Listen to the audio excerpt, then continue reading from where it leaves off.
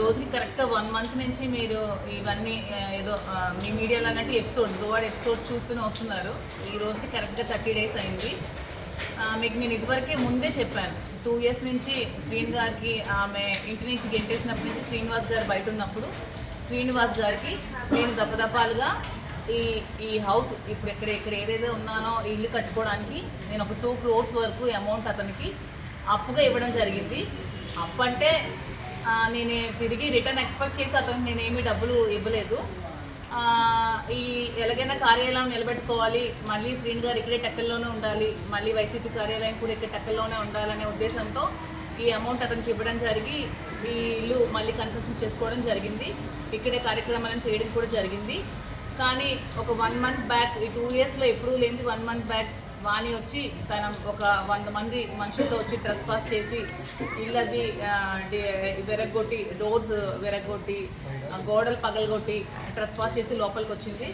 లోపలికి వచ్చి ఈ హౌస్ కూడా ఆక్యుపై చేసుకోవడానికి ట్రై చేసి కోర్టు కూడా ఆశ్రయించింది. నేను కోర్టు వారి నిర్ణయానికి ఎప్పుడు కూడా గౌరవిస్తాను, నేను కోర్టుకి నేను ఎప్పుడు ఎగ్నెస్ట్ కాదు.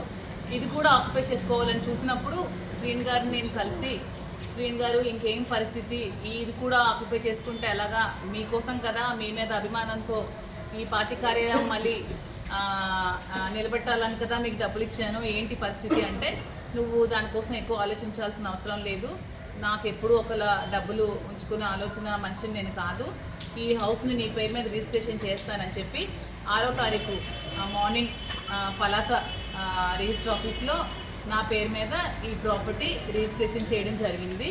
సో మీ పత్రికా ముఖంగా నేనేం చెప్తున్నానంటే, ఈ ప్రాపర్టీ కంప్లీట్గా నాది, లీగల్గా ఈ ప్రాపర్టీ కంప్లీట్గా నాది. సో ఈ ప్రాపర్టీకి వాణి కానీ దానికి సంబంధించిన వ్యక్తులు కానీ అనుచరులు కానీ ఎవ్వరు కూడా రావడానికి ఎటువంటి రైట్ లేదు. ఆమె భర్తతో ఏవైనా విభేదాలు ఉన్నా, ఏవైనా లీగల్ ప్రాబ్లమ్స్ ఉన్నా ఆమె లీగల్గా తెచ్చుకోవాలి తప్పితే ఇలా ట్రెస్ పాస్ చేసి 100 మంది తీసుకొచ్చి, నిన్న కూడా మీరు అందరూ చూశారు, నేను ఒక్కదాన్నే ఉన్నాను ఇంట్లో, నిచ్చెన పెట్టి పైకెక్కి నన్ను చంపడానికి ప్రయత్నించారు, పవర్ కట్ చేశారు, వాటర్ లేదు, నిన్నంతా పవర్ లేక వాటర్ లేక చాలా సఫర్ అయ్యాను. పోలీస్ వాళ్ళు చాలా సపోర్ట్ చేశారు, నేను కాదనట్లేదు. ప్రభుత్వం కూడా నాకు అండగా నిల్చోవాలి ఈ విషయంలో, ఎందుకంటే ఇది నేను డబ్బులు ఇచ్చి కొనుక్కున్న ప్రాపర్టీ కాబట్టి. ఇక్కడికి అలాంటి ఇంకా ట్రెస్ పాస్ ఇంకొకటి జరగకున్నా, ఆవిడ మళ్ళీ ఇక్కడికి రాకున్నా, నన్ను ఇబ్బంది పట్టకున్నా, మీరు మీ మీడియా వాళ్ళు, పోలీస్ వారి, ప్రభుత్వం అందరూ నన్ను ఆదుకోవాలని, నాకు అండగా నిలబడాలని కోరుకుంటున్నాను. నిన్న ఎవరు అడిగారు శ్రీని గారు ఇది ఇష్టపూర్వకంగా చేశారా ఏంటా అని, దానికి సంబంధించి శ్రీని గారికి కాల్ అనేది లేవు, కోర్టు వారికి సంబంధించిన ఎలాంటి ఆర్డర్స్ అయితే దీనిపైన లేవు. కాబట్టి అలాగే మేము గతం నుంచి ఏదైతే ప్రాపర్టీ ఆయన బాకీ ఉన్నారు కాబట్టి అది అడగడం జరిగింది. ఒకవేళ ఆయన ఇవ్వకపోయినా కోర్టు నుంచి అటాచ్మెంట్ తెచ్చుకుంటాం మేము, అలాగే ఆ ప్రాపర్టీ రికవర్ చేసుకునే అవకాశం ఉంటుంది కదా. అంటే ఈ సైట్కి సంబంధించి పార్వతీశ్వర మాస్టర్కి 60 లక్షలు ఇవ్వాలి, మరి మాధురికి రిజిస్ట్రేషన్ చేశారు, నా డబ్బులు నేను వసూలు చేసుకుంటే అవసరం ఇదే ఇంటి ముందు నేను ధర్నా చేస్తాను అంటున్నాడు ఆయన.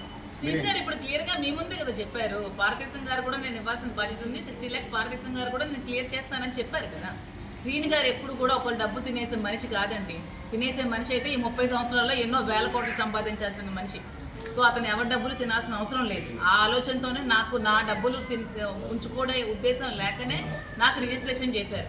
అలాగే పార్తీశం గారు కూడా 60 లక్షలు క్లియర్ చేసేస్తారు, అంతే. అతను కూడా క్లియర్ చేసేస్తారు, ఎవరి డబ్బులు ఉంచుకోవాల్సిన అవసరం ఎవరికి లేదు. ఇప్పుడు నెల రోజుల నుంచి మీ మీద ఒక క్యారెక్టర్ అసాసినేషన్ జరుగుతుంది, దాని మీద ఏమన్నా కోర్టుకి వెళ్ళేది ఎట్లాంటిది ఏమన్నా? డిఫమేషన్ ఆల్రెడీ చేసి ఆమెకు ఆల్రెడీ పంపించారండి, నోటీస్ పంపించారు, ఆమె నోటీస్ రిసీవ్ చేసుకున్నారు. రిప్లై కోసం వెయిట్ చేస్తాం, సమయం ఉంటుంది కదా సార్, నోటీస్కి రిప్లై ఉంటుంది కదా, దాన్ని బట్టి చూసి అది చేస్తాం. కొన్ని వేరే ఛానల్ కూడా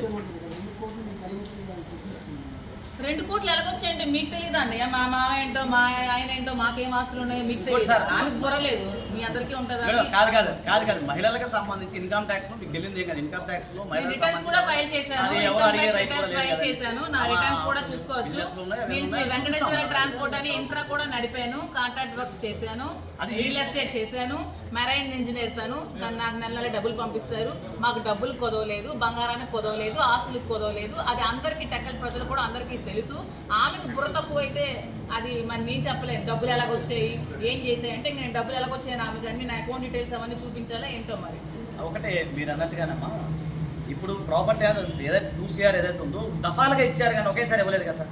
ఆమె ఇచ్చుకుంటూ వస్తూ ఉన్నారు, ఆ సందర్భాన్ని బట్టి ఇచ్చుకుంటూ నేను ఇచ్చింది 200 కోట్లు కాదండి, ఆఫ్టర్ 2 కోట్లు కూడా ఇది స్త్రీధనం కూడా ఉంటుంది కదా. ఏంటండి మీరు నాకు అర్థం కాదు. తల్లిదండ్రుల నుంచి వచ్చిన మీకు స్త్రీధనం అదే అంటున్నాను, నా తల్లిదండ్రుల నుంచి వచ్చిన ఆస్తులు ఉన్నాయి, నా కష్టవారి నుంచి వచ్చిన ఆస్తులు ఉన్నాయి, నేను వ్యాపారం చేసుకున్న ఆస్తులు ఉన్నాయి, నేను సంపాదించుకున్న ఆస్తులు ఉన్నాయి, మా ఫ్యామిలీ ఆస్తులు ఉన్నాయి. ఆఫ్టర్ ఆల్ ఒక 2 crores కి అసలు పాయింట్ చేయడం అంటే సారీ 2 crores ఆమెకి ఎక్కువై ఉండొచ్చు. అంటే వాళ్ళు కొంచెం వాళ్ళకి నాకు తెలిసి రాఘవరావు 300 రూపాయలు ఎక్కువ అంటారు. అంటే మరి అందుకనే 300 రూపాయలు ఇచ్చాను అల్లుడు చెప్పుకున్నాడు అంటే వాళ్ళ బతుకు 300 రూపీస్ దగ్గర ఆగిపోయింది కాబట్టి, అలాంటి ముష్టి బ్రతుకులు కాబట్టి 2 crores అనేవి ఆమెకి ఎక్కువ అవ్వచ్చు, మాకైతే ఎక్కువ కాదు. 2 crores అనేది నాకు చాలా లిటిల్ అమౌంట్. ఇప్పుడు దానికి సంబంధించి ఏదంటే లేదంటే దఫాలుగా ఇవ్వడం జరిగిందండి, ఒకేసారి కాదు. గత 2 years నుంచి ఆమె ఉన్నప్పుడు అడిగినప్పుడల్లా ఇచ్చుకుంటూ రావడం జరిగింది. దానికి సంబంధించి ఆయన కూడా అదే సేమ్ కూడా ఆయన నిజాయితీగా ప్రామిస్ నోట్స్ అవన్నీ కూడా రాయడం జరిగింది. మేము అఫీషియల్ గా రిటర్న్స్ కూడా ఇన్కమ్ ట్యాక్స్ రిటర్న్స్ అన్ని ఫైల్ చేసుకొని యాజ్ పర్ గవర్నమెంట్ ట్యాక్స్ కట్టుకొని నేను అఫీషియల్ గా రిటర్న్స్ ఫైల్ చేసుకుని ఉన్నానండి. I'm tax payer.